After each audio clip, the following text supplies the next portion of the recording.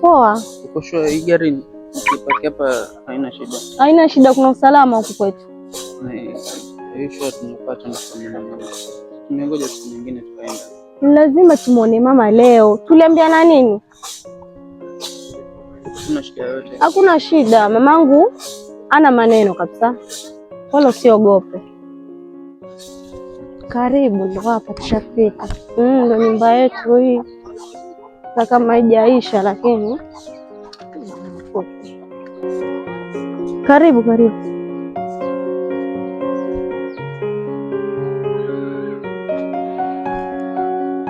Mama, shikamoo.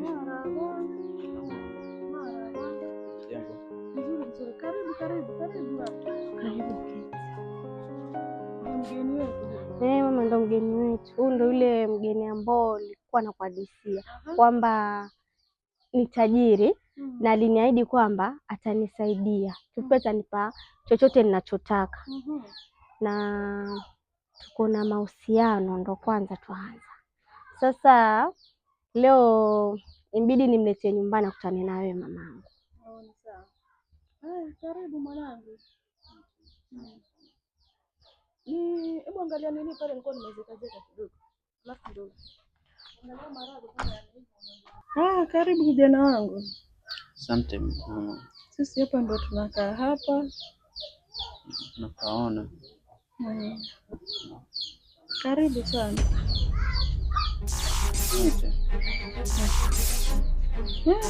Karibu sana. Mesa. Anjo. Hebu tunakuja kijana kidogo. Hebu niongee nao kidogo. Mwanangu, wasema una miezi mitatu kutoka umemjua? Miezi mitatu toka ninamjua. Mbona hakai kama mwanadamu wa kawaida? Ashakufikisha kwao. Mama hadi nifikisha kwao. Mwanzo mamake ana wazazi wake walikufa na ajali. Alisema atanipeka kwa makaburi ya wazazi wake. Mimi huyu tunaona kambe hayuko sawa mwanangu. Sasa tufanye hivi. Kama unaona nakudanganya, ukifika pale ndani kamwekee hii Biblia. Unaona? Umwambie, baby, shika hii Biblia alafu ujifanye washika simu. Umuone kama mwanadamu kamili tutamuona. Na kama si mwanadamu tutamuona mwanangu. Hebu twende tukajaribu. Twende tukajaribu mwanangu.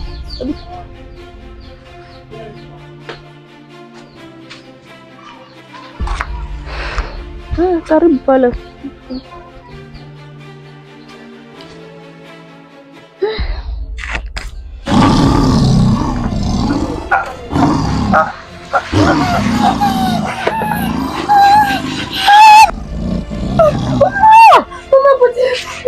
Jesus! Mesa, hai ulimpata wapi mtu wa kupotea hivi? Si ninakwambia mwanangu, huyu si mtu huyu. Jamani. Mesa. Jesus! Huyu hata si shetani ama mwanga. Huyu ni jini kabisa mwanangu. Hata ungeenda kutolewa kizazi chote wewe. Watoto wote wangeshangetua sote hapa ndani ya nyumba. Hebu kati hapa nikwambie. Una bloki. Block kabisa. Unataka tuonane kabisa. Kiza nikwambie mwanangu. Nilikwambia mwanangu kupata mwanaume. Omba mwanangu, omba, funga, sema mwana Mungu huyu ni mwanaume. Huyu usingetumaliza mwanangu.